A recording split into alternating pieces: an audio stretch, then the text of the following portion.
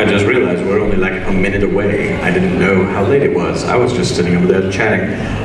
I want everyone to know right now that this panel usually takes place late at night, whenever we are blotto drunk. So I really don't know what's going to happen at this particular panel today because, well, I'm not drunk. And our usual bragging, I know, I'm awing it myself actually. Or I'm not blotto drunk. So usually this panel tends to do a lot of bragging, a lot of piracy stories. I'm going to tell you a story from my real life. I know, awful. But it involves me bribing my way across the German border with chocolate. It's an absolutely true story, and it has now become a tradition of this particular panel. Delirious with the delirium is what this is usually subtitled, hence the fact that we are usually absolutely drunk. We will cover things about steampunk and all of those wonderful things and talk about not everybody in the entire world of a steampunk universe needs to be a bloody pirate, because then who are you stealing from? There's lots and lots of other choices as far as career-wise, both based on Victorian times and the time that never was, as well as just, I mean, and all of the literature thereof. I know, so pretty. He's so pretty. Ladies, seriously. And some gentlemen, I'm sure. You can't hide. No. Why hide? No, we'll talk about hide later, and jackal. Because those were Victorian stories too. Yes. That was a very interesting trumpeting noise you just made with your lip action. You disturbed me. Alright, I'm going to tell the story really quickly. This is an absolutely true story. My lady and I, we were traveling through Europe, and we had been in Venice for 3 days, and we realized that we needed to be in Paris in 2 more. So we left Venice reluctantly and drove all bloody day. I could turn this into an Airship story and say we were flying, but I'm just not feeling that creative right now, so I'm just going to tell you the story. So we were flying along, look, unintentionally turning it into that story. So we're traveling through, and we drive for 14 hours, and we drive all the way through Austria and through. I had to go to Liechtenstein. Because it's Liechtenstein, I mean, you had to go. And Liechtenstein is about the size of Austin, the entire country, and they have a cow. Whenever you get to Liechtenstein, there's a sign that says, "Welcome to Liechtenstein," and there's a cow standing in front of it, and I've decided that that's the Liechtenstein cow. And I'm sure it's good luck to pet it or something, and we threw sugar at it. And so we tried to stop in Liechtenstein, and they absolutely would not serve us. They looked at us and said, "Oh no, big fat Americans, get out of our city, get out of our country." So we left there, and then we went, all right, well, we'll go to Switzerland. It's a beautiful, lovely place. I hate the Swiss. I hate them. I hope nobody here is of Swiss descent. If you are, I hate you. No, I don't hate you, but I hate the laws and the government and everything else that is there. Whenever I was traveling through, are you aware that, all right, first, does everybody know about the Autobahn? Well, all right, the Autobahn, no speed limits whenever you're outside of city limits, and speed limits inside are very, very, except in Switzerland. In Switzerland, the speed limits are marked in Swiss, and there's no wiggle room. There's no, I'm on the Autobahn, therefore I drive at whatever speed I want. Suddenly there's a blinding flash of light in the vehicle. They have cameras that shoot pictures of you, the vehicle, the license plates from both sides, and all of them are on blinding flash of light.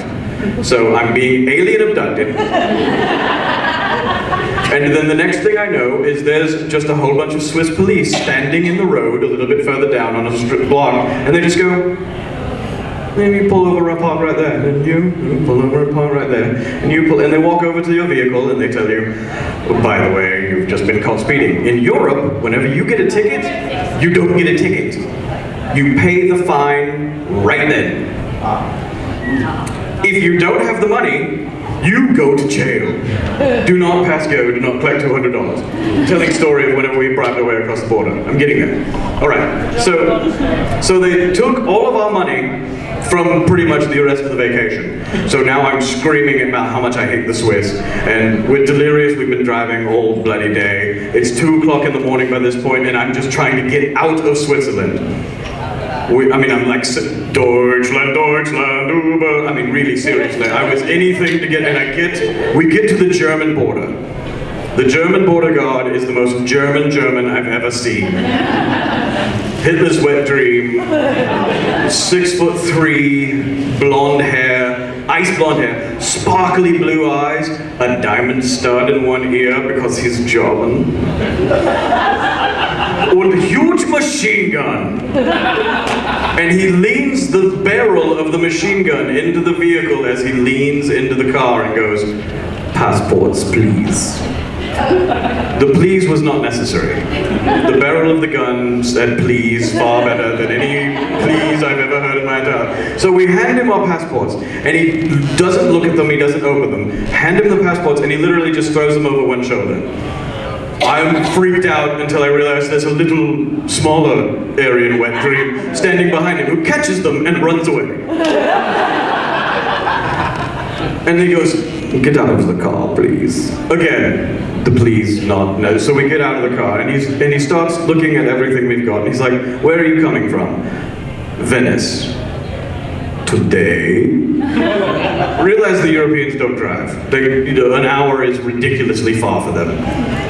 An hour is how far we have to drive to go to, the better McDonald's than seriously. It's nothing for us, but for them it's fascinating. So we're like, "Yeah, today." And he's like, "What is in that bag?" "Masks." "Venetian masks?" "Yeah." "How much are they?"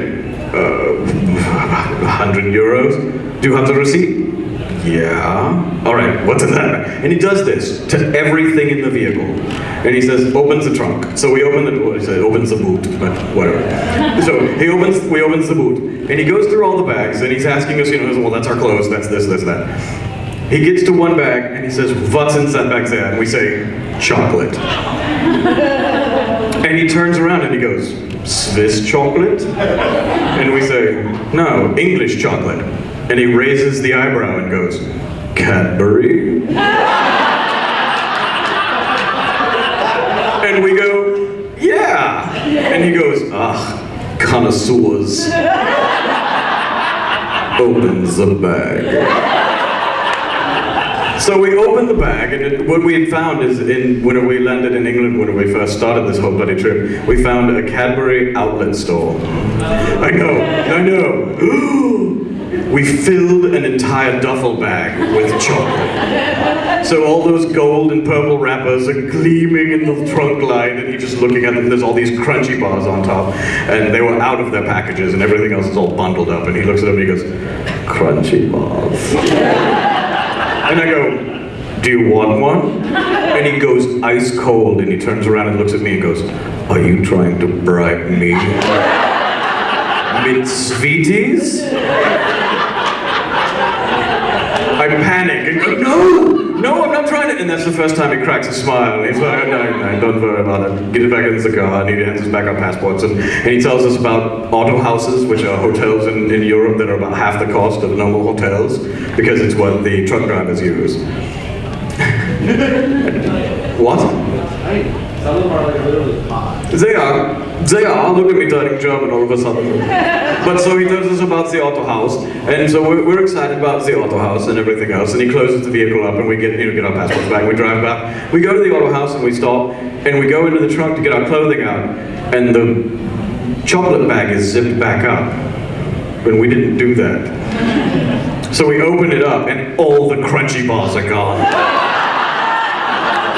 So we did, in fact, bribe our way across the German border mit sweeties. So that's the German border guard story, and we have to tell it every time we do this panel, because the first time we did this panel, I was so drunk I couldn't remember anything about steampunk. So, and I promised Jill Tracy. Yes. Jill Tracy, brilliant musician, buy her music. So, is Airship Piracy right for you? Yes. Says the pirate, sitting for him? Absolutely! You cannot be a steamborg and not be a pirate.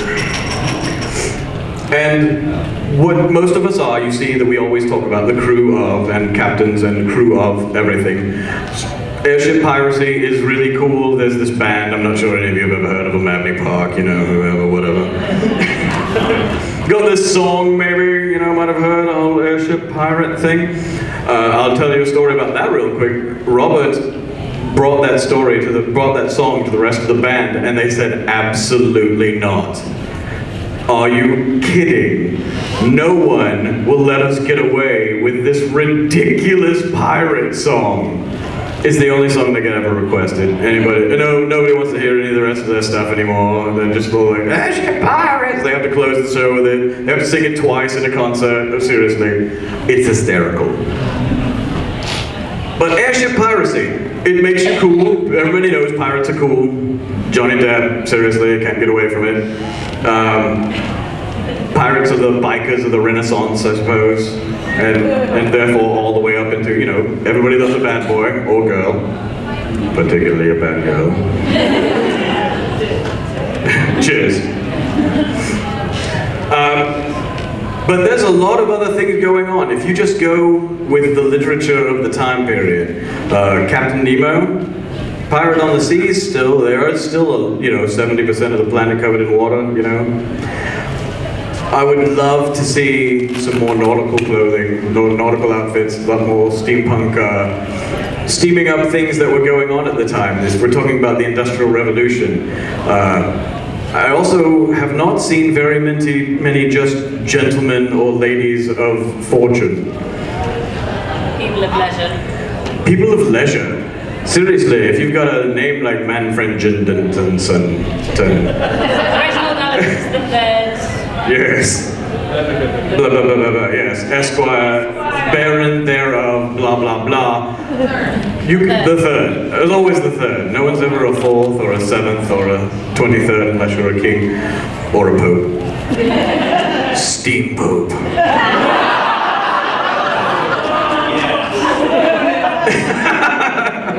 And someone has claimed Steam Pope. Steam Cardinal. Make it happen. Make it happen. Oh, how fun would it be? Seriously, I'm just thinking about the big crooked staff alone. Not even Catholic.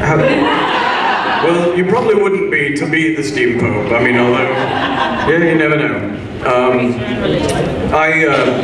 going to talk a little bit about the books I'm writing.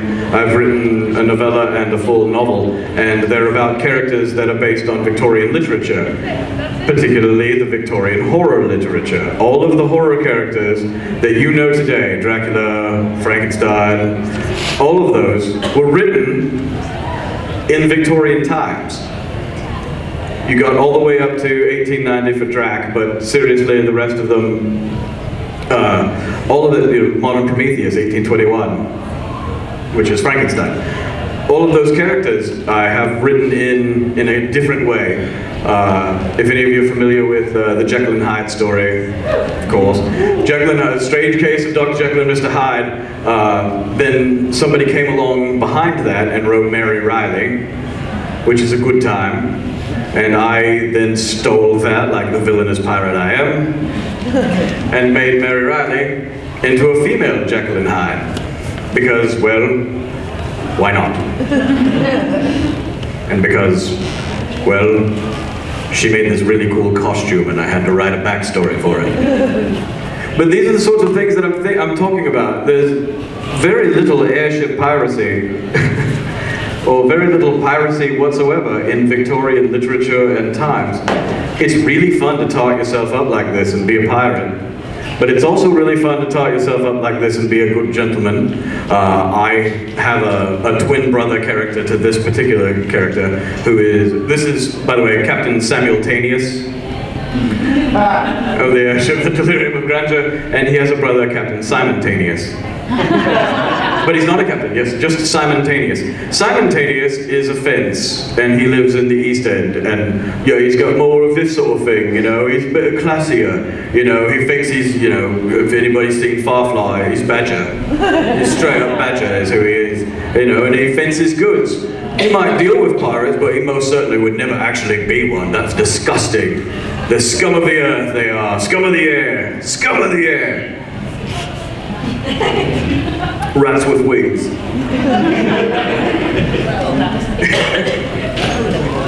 Yes. But so what I want to do is talk about a little bit more about like just the Industrial Revolution, which is totally dry and boring, so I'm not going to really go into it. But realize that so many different jobs and everything. We talked about this a couple of times. Well, first I'm going to test and see how many people have come to my other panels, so I can see if I can skip over a lot. Mad scientists.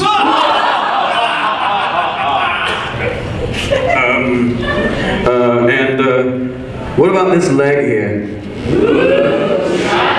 Yeah, all right, you've all been to my panels. So, that skips a lot. Basically, mad scientists, alright, go ahead. But not one of you is dressed as one. Why is that? Come on! I haven't made my costume yet. Right answer! So, really, it's really simple to go ahead and go with the goggles on the head and whatever dandy outfit you can come up with, and come up with an airship and a name and all of that, which is a good amount. Alright, worst airship name you've ever heard? Hindenburg. Oh, brownie points for you. I think that would be fantastic if someone was walking around from the airship Hindenburg. We're the best in the sky. Nothing will ever happen to us. The Titanic, absolutely. The Enola Borgia. The Enola Borgia.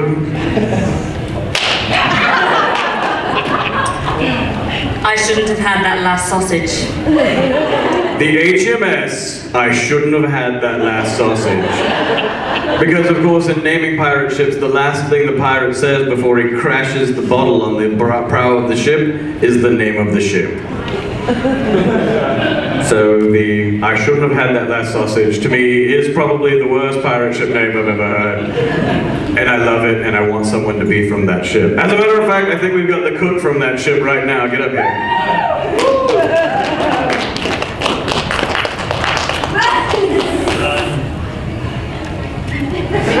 I meant up here, not duck and hide. Turn. Steampunk Steampunk cook, come on! In his flamethrower for ready-made cooking of anything, anytime, anywhere. I loved it. The moment he walked up in it, I started giggling and pretty much haven't stopped. So it makes me really happy that someone went completely outside the box. That's what we're trying to do here. What we're doing as far as making all of these nifty things and toys and all of this stuff is being way outside the box. Looks like you need to be captain. Looks like you came from The captain from the cook from the Hindenburg. Now we know what really happened. Oh, we're almost landed. Let's make burgers.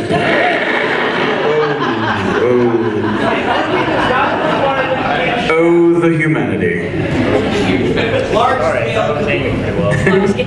Large scale cooking, yes. The Soylent Green on the menu today.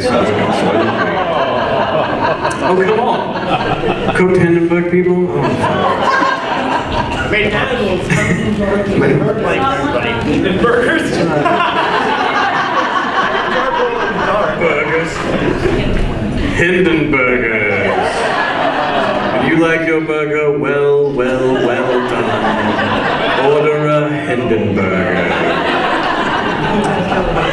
Alright, we're all going to hell for laughing at that one, by the way. But I think we already pretty much set our way there with the Steampunk. So, what I'm going to really do, because as I said, this is usually our drunk stand up here and chatter panel. I'm not drunk, and as much as I could just stand up here and chatter, I'm not going to do that. we had a whole bunch of questions that didn't get answered for all of the how-tos, and we had some Steampunk 101 people that wanted to ask some questions and everything else. So I'm going to go ahead and open up right now for Q&A, and then we'll go back to babbling, and I'll start handing the microphone around to everybody, all of my associates from the Neo-Dosma, and of course from the Isabella over there, and let them answer questions and throw things, and I'll probably shoot them a few times with popgun. Are you going to talk about the rest of your crew? I can most certainly talk about the rest of my crew, but it's far better for me to hand the microphone over to them and make them all talk. Hello, I'm Captain Helena Gasket from the Delirium of Grandeur. Safety first, do as I say, not as I do, or you'll end up looking like me. Please don't, it's no fun, especially when your hand does this and you can't actually pick anything up. Just saying, not good. And while my leg does light the way on occasion, it didn't the first time, and that's why I got it. Aha! Other fun things that you can talk about that we don't is more of the Wild Wild West steampunk. We need more steampunk cowboys, let me say. That is quite fun, because cowboy hats are period, as so is all of their other outfits that they already wear. Add a few more, yes, cowboys and engines. That is a very good way to go about it. I'm a big fan of that personally, and I'll pass on the microphone.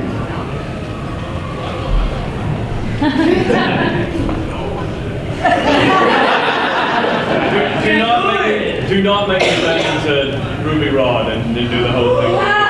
Please. At the end. At the end, I am a jelly donut. Amadeus Wolfgang from the Neo-Dosma.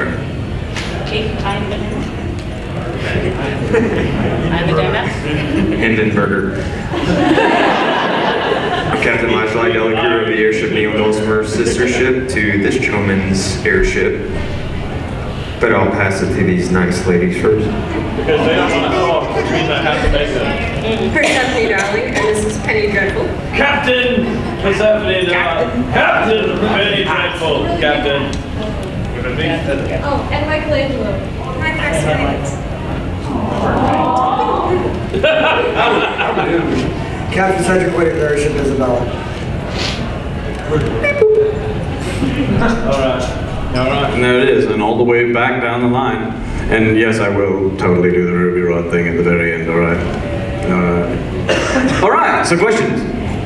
Yes? Where is RFC? I think someone finally got... Ah!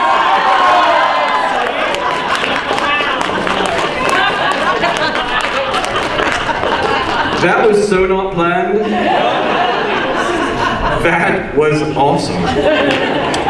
Who am I to disappoint? Right.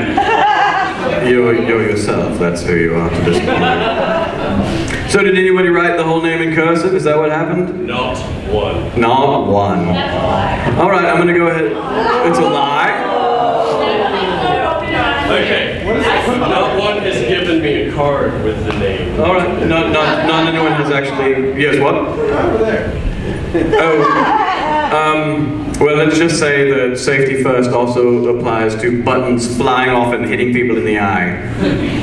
I'm a very happy captain. I'm just saying. Love you too. Hence the goggles, that's right. Get too close, takes a deep breath, take an eye out. Tell you what. It has happened more than once. Alright, so since RFC is here, he can now introduce, Captain RFC is here, he can introduce himself as well and give the ladies the same opportunity he's given everyone else. So I'm just in time for introductions. Sort of, kind of, almost. Excellent. Well, as everybody has already heard, I'm RFC, and if you haven't heard the entire name yet, it's because I didn't take a deep enough breath to say it. It stands for Riley Cunningham. Sorry, I botched my own name.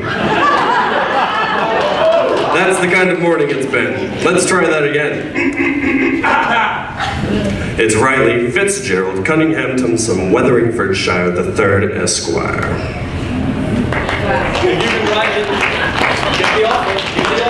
And apparently, my captain over here, decided to make an offer a few days ago that no one's yet taken up, but I can see why, because it's an onerous task at best. If any one of these ladies in the audience can write the entire name in cursive, you win a date with RFC. Hey, there's no screaming this time. I think we got a different crowd. Or I think we got the same crowd who heard all my nasty comments about you the other day and have decided not to. I know. It was awful. Yesterday's panel was so NC-17 it was trying really hard. It was trying really hard to become a really vile panel and had to be beaten back into submission. What makes it worse is there was a do-it-yourself panel. Yeah, that they've listed in the program as DIY. So, do yourself it.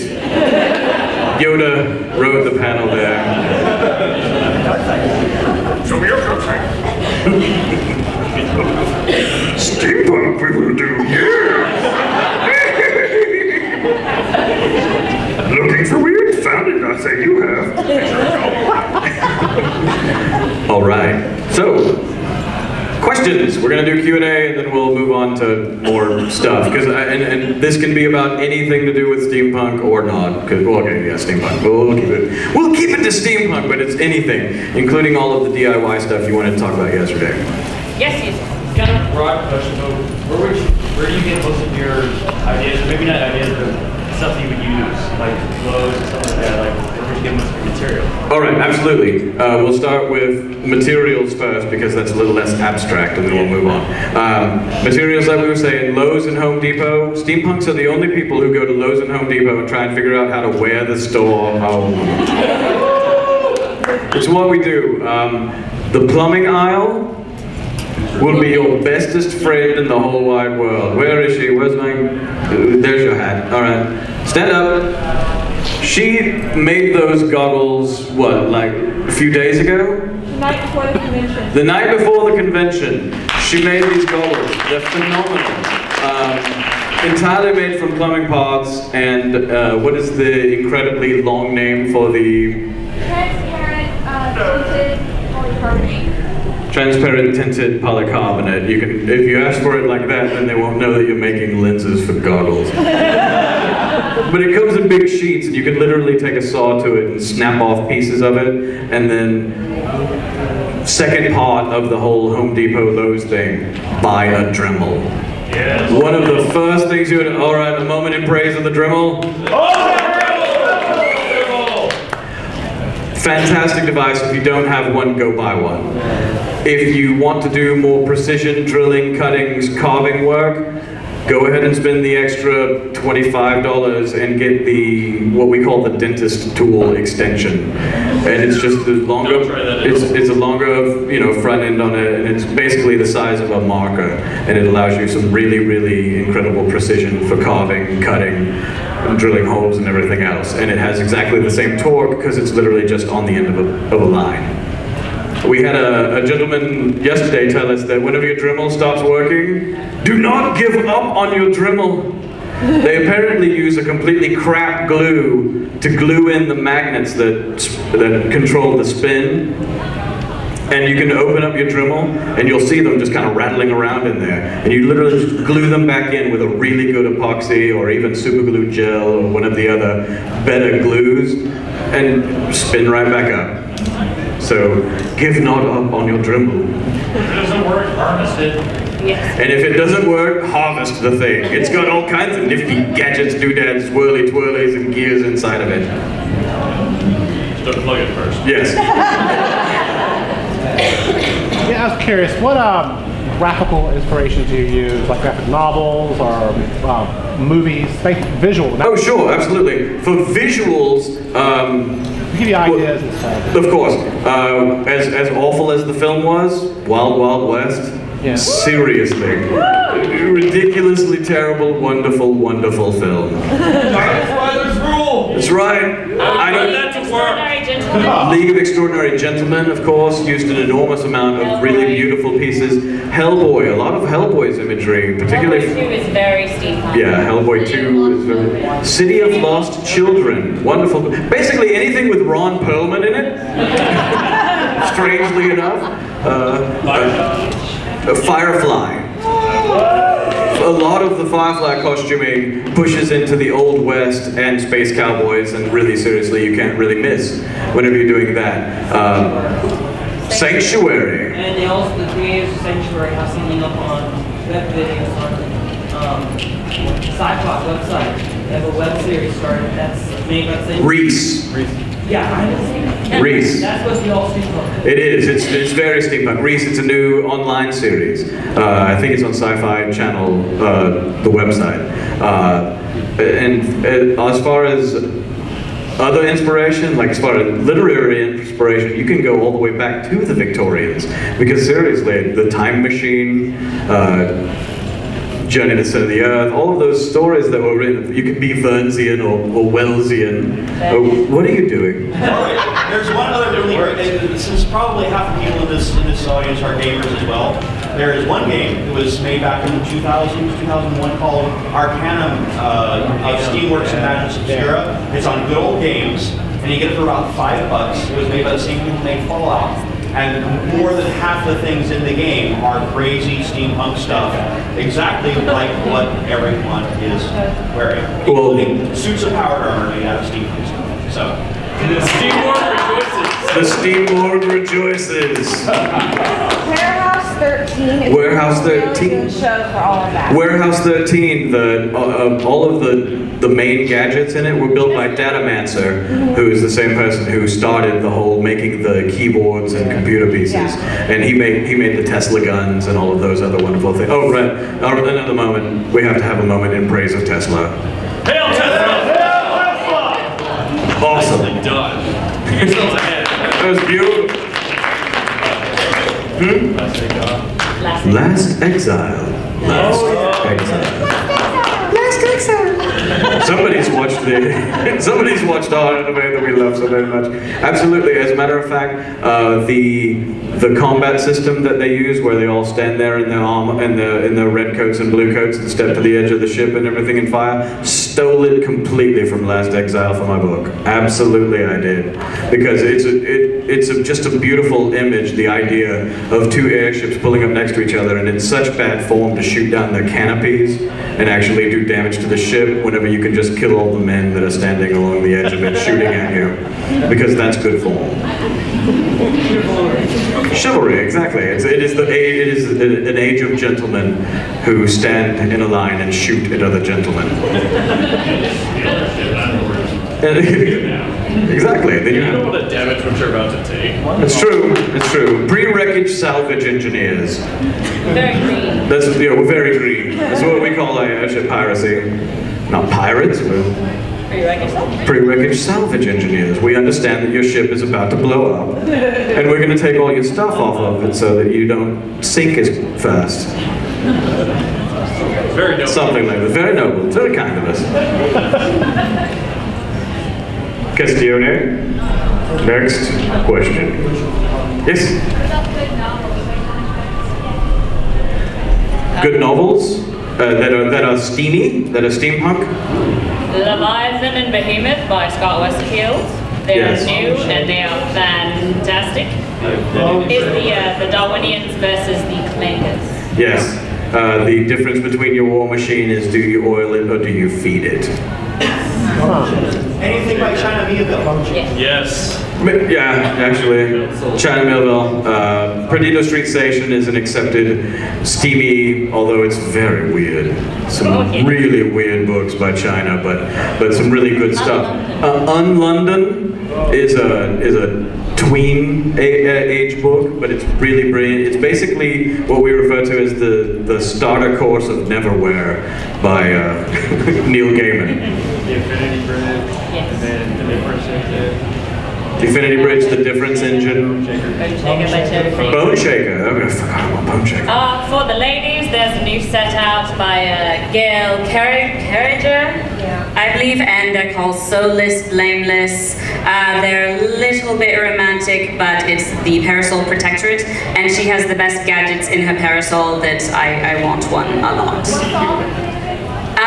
The author's name is Gail Carriger, I believe. She's actually going to be at Gen-Con later this year, so that will be exciting. If you want plenty of British Raj, you know, it's still 2010, but you know, comics hit the 1800s. You know, the British Empire is now mainly in India, and it's all, of course, very steampunky. The British Adventures by by S.M. Sterling. Yeah, absolutely. S.M. Sterling writes some fantastic alternate history fiction, although you pretty much, I can tell you every type of flower that's in the fields around where he lives, because dear God, that man likes to write area description. So you can flip through the 7 pages of the small white flowers and the little blue flowers and everything that are along the field until you get to the part where somebody's charging at you with a large knife. And you go, oh, very exciting now. The fourth book for the people who did Pride and Prejudice and Zombies is a full story. It's set in 19th century Russia. Right, and then Android Karina. Yeah, it's about that thing. Yeah, Android Karina as well. So if you like the classic literature mashups, they're always a good time. And if you like your alternate history, a little darker, a little weirder, a little creepier, you can't go wrong with some H.P. Lovecraft.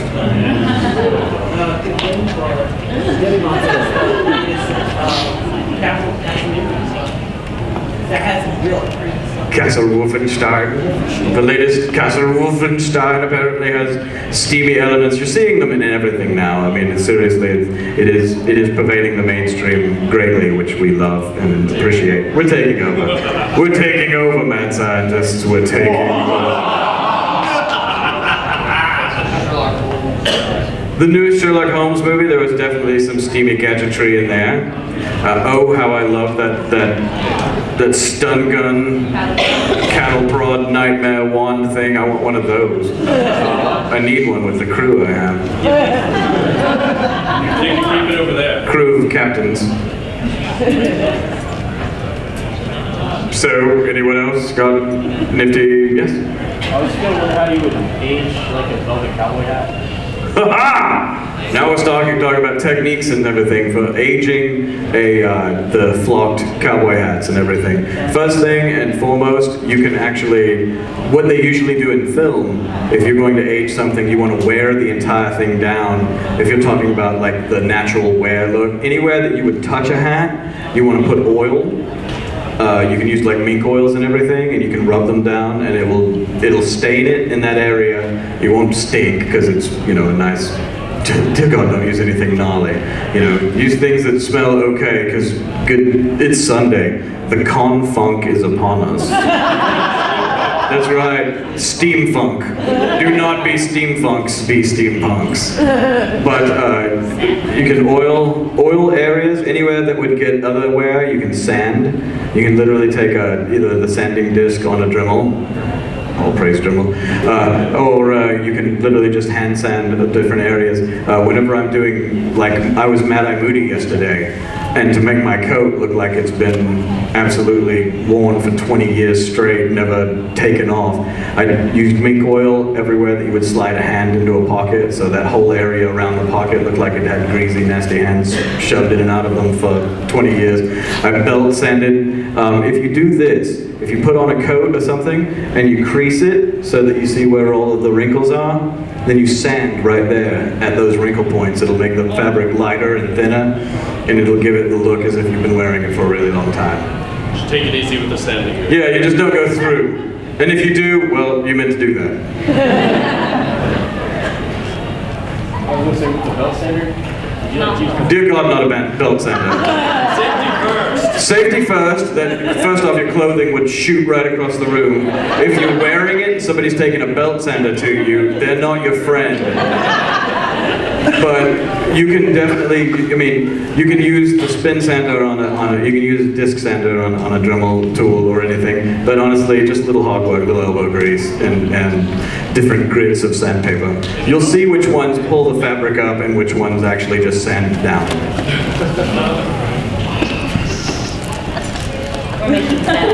Oh, all right. Any other technique questions? Because those are fun. Technique recommendation for paper. I've been doing this for years.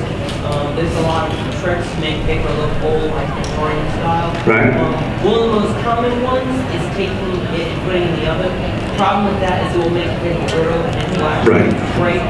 Best thing to do, which will make it feel kind of fabric-like and still be able to use it and draw on it, is table, once you've finished your daily tea or whatever, Right. you take that across and that works perfect. Absolutely, tea staining is definitely a technique we use all the time. Our over there, Percy Darling, her shirt was one. I mean, it's still an antiqued color shirt, but it was once much wider than it is now, and it's coffee stains and tea stain intentionally. Coffee is a little harder to control, but you'll definitely get a darker, richer color from that darker, richer roast. Once it's been set, just wipe it across like a brush and it works. And if you want it darker, just let it dry. And do it again, absolutely. Awesome. Tea bags. If you just take that gnarly tea bag and rub it across things, you'll absolutely stop it. I am not recommending tea bagging. Stop it. Take the bag wherein tea. I'm not even, I was about to say, I'm not going to do it. I'm not even going to, no. All right, everybody say that's what she said once and we'll get it on your system. That's what she said. Thank you. That's the last thing she said. He likes his women like he likes his coffee, ground up and in the freezer.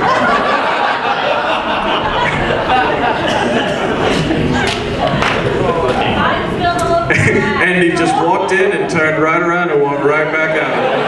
Clearly, I'm in the wrong panel. No, you're not. So, any other questions on that sort of stuff? Oh, sure, please. Yes. Fabrics, I mean, obviously, any Hancock's or any other normal fabric store is a great start. Always look for the cheaper versions of the material unless you need that rich. Do not be afraid to spend the money if you need a rich quality material. There's nothing worse than making a really nice, like, did you come to the panel yesterday?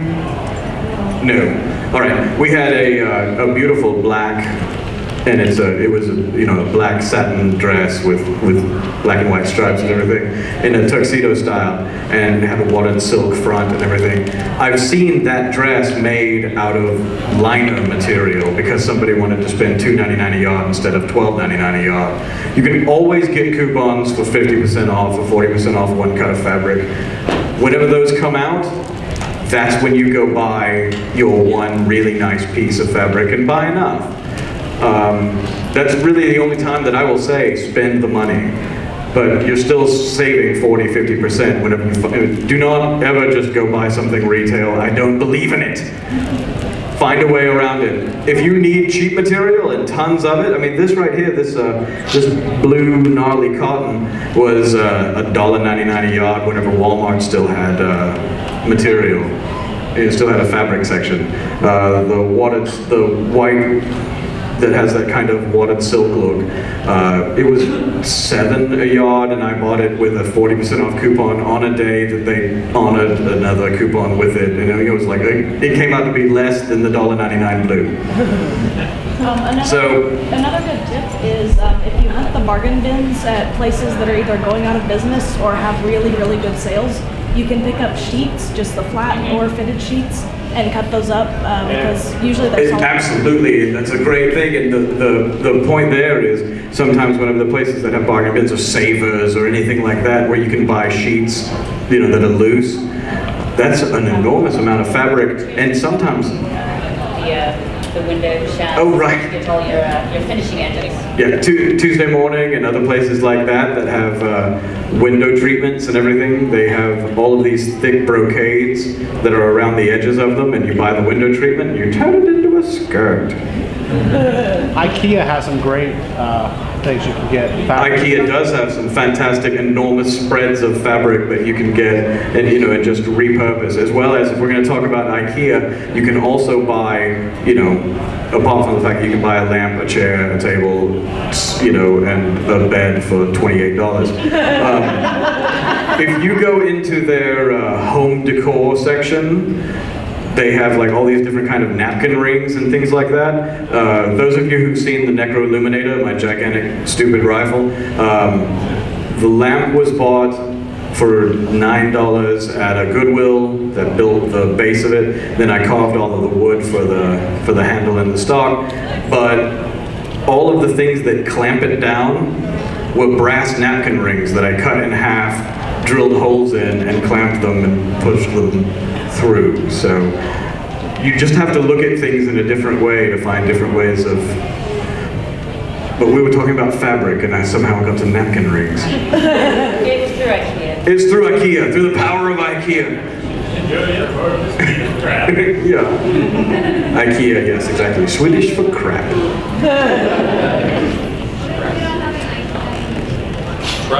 In your, you don't have an IKEA in your state. Where are you from? New Mexico. All right. Well, yeah, exactly. First thing, they have a website. Second, I guarantee you have something similar. You have some other type of home goods or other type of creation store whatsoever. No, just a vast desert. Well, realize at Goodwill, there's no wall around. And yes, we're going to move on to Goodwill, Thrift Town, and all of the other thrift stores, and Craigslist. Oh, Craigslist. The free section, quite often, or also any of the estate sales. Grandmas acquire tchotchkes and little brass doodads and things and doohickeys that we can then completely repurpose. Garage sales, thrift stores, all of those sorts of things are fantastic sources for anything like that. Yes, you were over there wiggling. Bed Bath & Beyond is linens and things. Bed Bath & Beyond! Alright, yeah, Bed Bath & Beyond. As Henry Rollins would say it, Bed Bath & Beyond! A whole bit about it, sorry. But again, they have the shower rings and everything else, and they have them in that finished brass and copper. A great thing you can do is look at freecycle.org. These are people who have stuff they just want to get rid of. Freecycle.org. Write that down. Freecycle.org. People just getting rid of stuff they don't want anymore. It's basically a website entirely like the free section of Craigslist. It's by city. By city. Yeah, so if you're in Austin. So if you're in the vast desert of New Mexico, wherein there are no cities, and you ride on a horse with no name. You have to wait every year for the Jawas to come by. And yes, and every year the Jawas come by, and they're huge, selling you droids that are not the ones you're looking for. With no buyer's insurance, exactly. So freecycle.org, maybe they have a location. I know Craigslist has Albuquerque and a couple of other New Mexico cities. I don't know any other New Mexico cities off the top of my head. Taos, no, New Mexico. Alamogordo. This is not going to turn into a geography lesson. Moving right along. Chicka chicka chicka chicka. Flipping so fancy free. Yes. How would you make a really pretty good quality pair of basic goggles and what would be the best materials to do so besides why are you putting all these qualifiers on it? A really good pair of basic goggles are right there. Actually, there's not basic, those are phenomenal, and they're plumbing supplies. If you want to start from welding goggles, a lot of people start with a welding goggle base. There's several different types of welding goggle. There's the types that wrap around, there's some that have double pane and all of that. You start from that base, and then depending on how you want to decorate them is as big as your imagination is. You can shove brass doodads all the way through the things, or you can wrap them in leather or fake leather if you want to go buy some at a fabric store or what have you. There's all sorts of different choices. That's one of those so wide open questions, I'm not sure I could answer it, because I could sit here and tell you 1,000 different techniques for goggles all day. And we'd all die of hunger. I brought snacks! Everyone. Yes? Holsters. Oh, we nerf maverick people and our desperate need for a bigger holster than anyone has ever made, ever. Well, I can tell you right now that Ravenswood Leather is actually working on a Maverick holster that's actually just a couple of really interesting straps and everything. What I do for my first holster, Savers, purse. I found a small leather purse and cut a section of it so that it's shaped a little bit more like a holster, just big enough to slide one down. And looky there. That is, in fact, a purse that has been rolled back and sewed and is banged all to hell, but go trot the line, go walk around. Tool belts. Harbor Freight. I can't believe I haven't said Harbor Freight yet today. Harbor Freight, we've got them here. You probably don't have them in the vast, lonely deserts of New Mexico.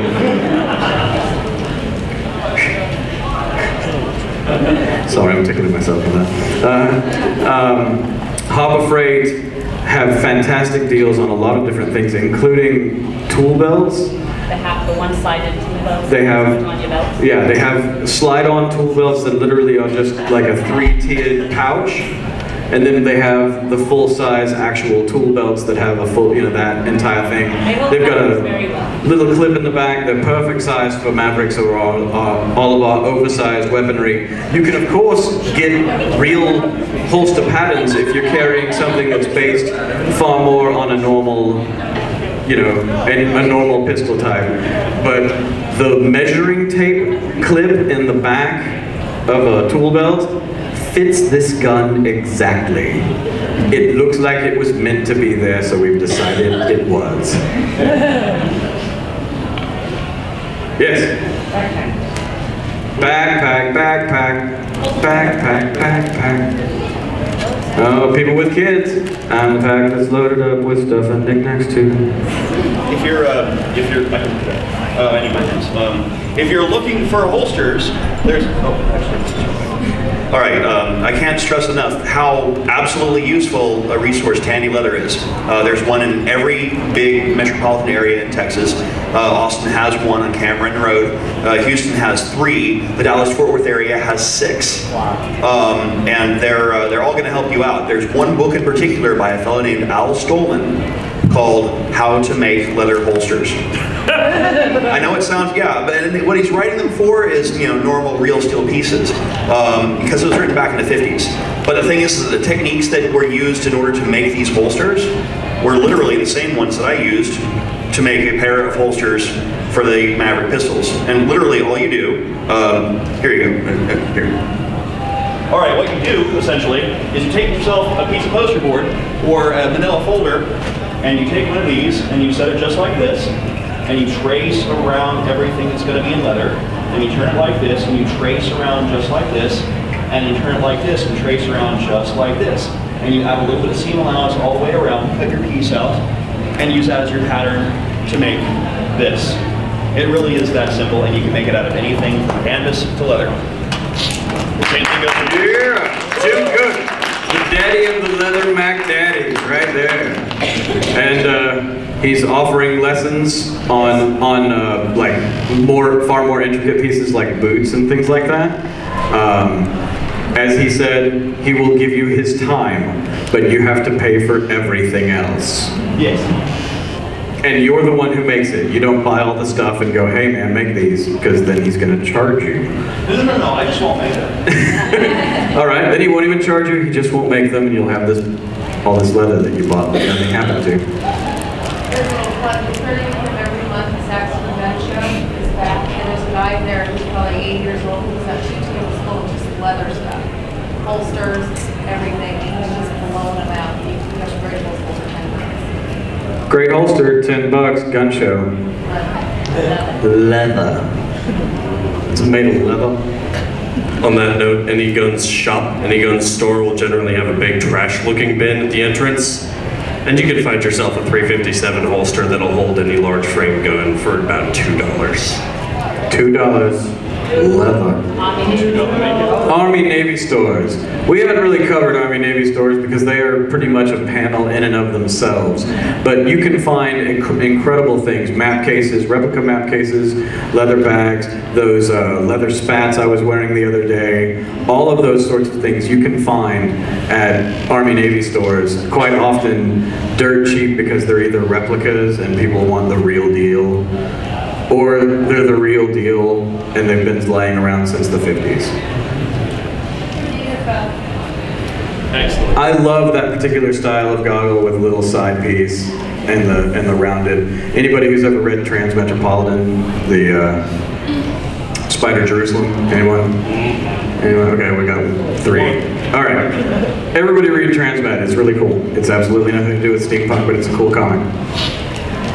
I'm going to build a Transmet. So for the 3 people that are in here, I'm going to build a steampunk Transmet Spider Jerusalem. So there we go. Woot! Not for me because I'm not bald or bone thin. That's the character. Bald, bald. All right. Done with that. All right. Any other questions?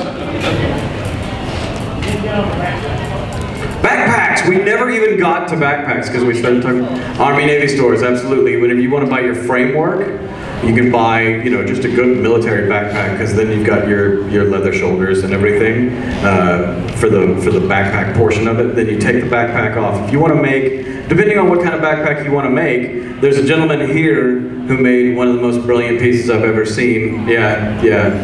Turn back around. Yeah, that's you. For those of you who, we've talked about this before in other panels, but for those of you who didn't know, if you go online and you look up Steampunk Mad Hatter, there he is right there.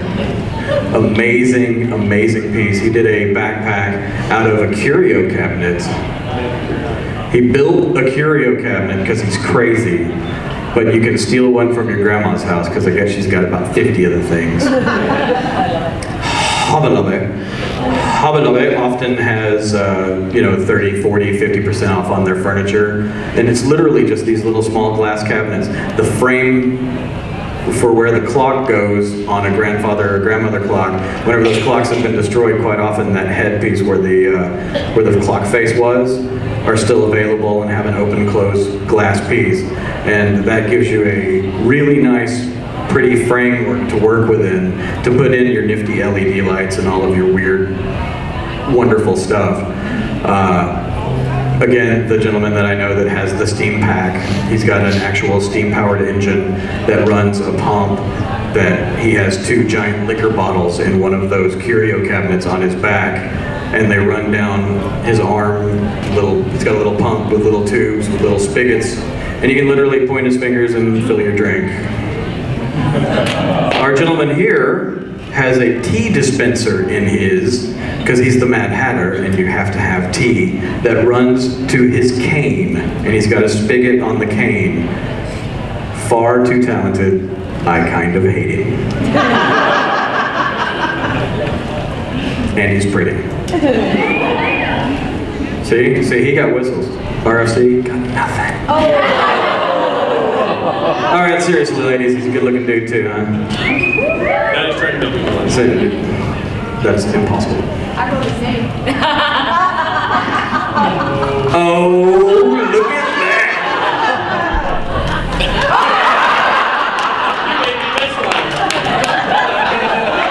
It's been a while, ladies. It's been a while.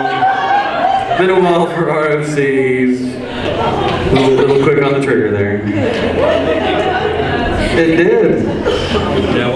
You came completely apart. That was awesome. Pieces. Oh, look at him fell to pieces.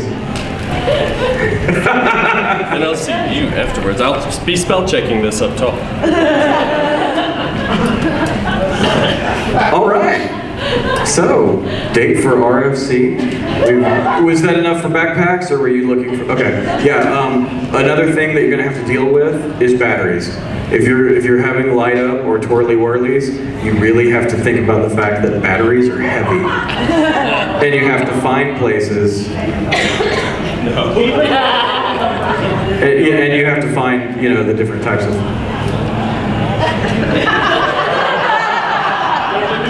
All right.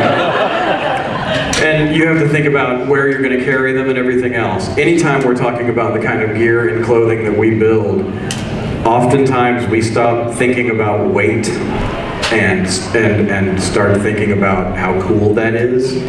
You really have to think about, if you're going to a con, if you're not working that thing, if you don't have a place other than your hotel room to stash your stuff, you really have to think about exactly what you're going to wear from head to toe and what style you're going to put together. And heat. Steampunk. It might, yeah, the steampunk. It might, you know, it might be 40 degrees outside, which it is right now, which means we get to wear, you know, 5 layers of awesome outside. But most conventions are inside. Lovely little folding fans become very necessary. Also realize that basic tenet about 80% of your body heat escapes through the top of your head, totally true. Totally true. So if you need to break the seal, and not the one I'm talking, most of you are thinking about whenever I say break the seal, take your hat off, instantly cooler. More steam. Okay, it's been proven false, but it feels better. That's been proven false in New Mexico, but not here in Texas. It certainly feels and seems that way. It might not be a biological truth, but it is most certainly a physical, feeling better truth. Yeah, I don't think you have to take yours off. I think there's plenty of ventilation. I think I need a bit more.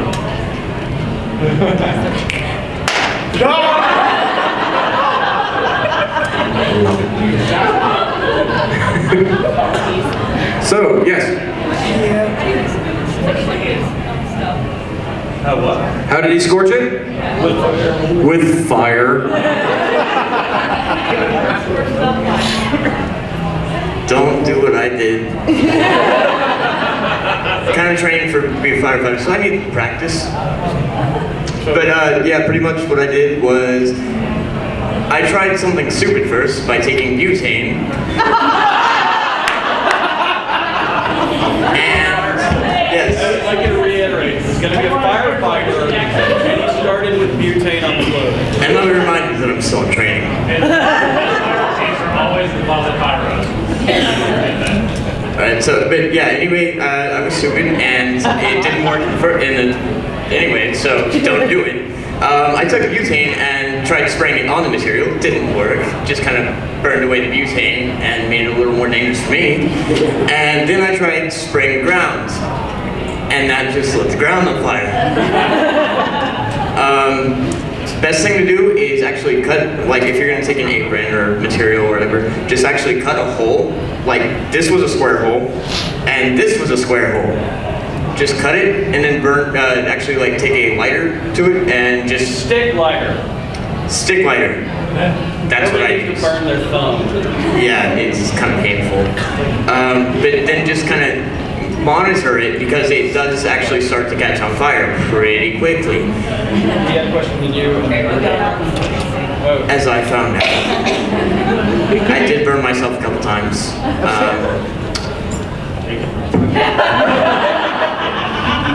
Once again, I don't do what I did. Alright, creme brulee, if you've ever made it before, you use a torch. Absolutely. You use a torch, and it's perfect. Yeah, chef's blowtorch, you can buy them usually do it like $8. outside on concrete. Home Depot. Home Depot, Harbor Free, all of the wonderful places, or you can spend $40 at Williams-Sonoma. Same thing. $25 at Walmart, sometimes $10 at Harbor Freight. Just really, you know. You can do this with both paper and fabric. If you want certain parts to get burned, most areas you don't want burned at least Slightly damp, yeah. That way the fire, if it does get out of control, it will slow down a little bit. I should have done that. Yes, you should have done that. Firefighter in training. And now, because I promised. Colvin Dallas! Here he is, the one and only winner of the Gemini Croquettes contest. Gemini. He's fueled like fire, so start melting ladies, because the boy is hotter than hot. He's hot, hot, hot! Right hair, right style, right build, right on, right on, right on, right on. He's got something to say to those 15 billion pairs of ears out there. Pop it, D-Man. Hi. Unbelievable! weather, ladies, weather is going to set the world on fire. Right here from 5 to 7, you know everything there is to know about my D-man. His dreams, his desires, his most intimate of intimates. And from what I'm looking at, intimate is this stud muffin's middle name. So tell me, my man, you nervous in the service? Not really. Freeze those knees, if you please, because Coleman's in the place and he's on the case. Yesterday's frog will be tomorrow's Prince of Flustan Paradise! Hotel of 1001 follies, lollies, and liquor lollies, and fountain, magic fountain flowing of non-stop wine, women, and hoochie coochie coo! All night long. All night long. All night. Ooh.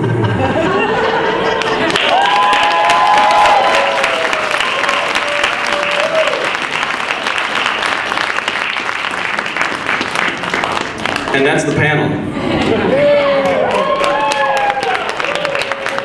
Thank you guys for coming to all of our panels that did. Thank you for coming to this one.